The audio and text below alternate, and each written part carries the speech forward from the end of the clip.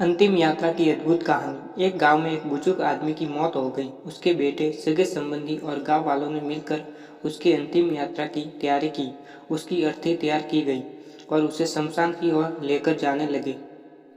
अभी वो लोग कुछ दूर ही पहुंचे थे कि वहां पर एक दूसरे गांव से एक आदमी आया। उसने उस अर्थी को लेकर जा रहे 4 आदमियों में से एक का पैर पकड़ लिया और सबसे कहने लगा कि ये आदमी जो मर चुका है, उसने मुझसे 20 लाख रुपए उधार लिए थे और जब तक मुझे पैसे वापस नहीं मिल जाते, मैं अर्थी को आगे नहीं जाने दूंगा। मृत व्यक्ति के बेटों ने उस आदमी से कहा कि पिताजी ने कभी इस कर्जे के बारे में हमसे जिक्र नहीं किया, इसीलिए हम तो यह कर्जा नहीं देने वाले।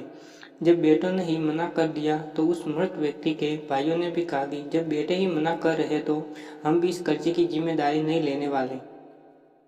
शमशान यात्रा में शामिल कोई भी आदमी पैसे देने के लिए राजी नहीं हुआ। दूसरे गांव से आए उस आदमी ने अर्थी को आगे भी नहीं जाने दिया जब तक कि इस घटना की खबर घर की महिलाओं तक ना पहुंच गई। मरे हुए आदमी को एक बेटी थी। जब तक उस तक यह खबर पहुंची तो उसने एक पल भी ना सोचते हुए अपने सारे जेवरात, कीमती वस्तुएं लेकर वहां पहुंच गई और उस आदमी को वह सारी चीजें देते हुए बोली, आप इन चीजों को बेचकर पैसे ले लीजिए। अगर कुछ कम पड़ेगा तो वह भी आपको धीरे धीरे लौटा दूंगी, लेकिन मेरे पिताजी की यात्रा को मत रोकिए। इस घटना को देखकर सारे गांव वाले दंग थे। तभी वह आदमी जो कर्जे की मांग कर रहा था, वह बोला कि दरअसल मुझे 20 लाख रुपए लेने नहीं थे, बल्कि मैंने इस आदमी से कभी लिए थे जो आज लौटाने आया था, लेकिन मुझे पता नहीं कि इनका असली हकदार कौन है।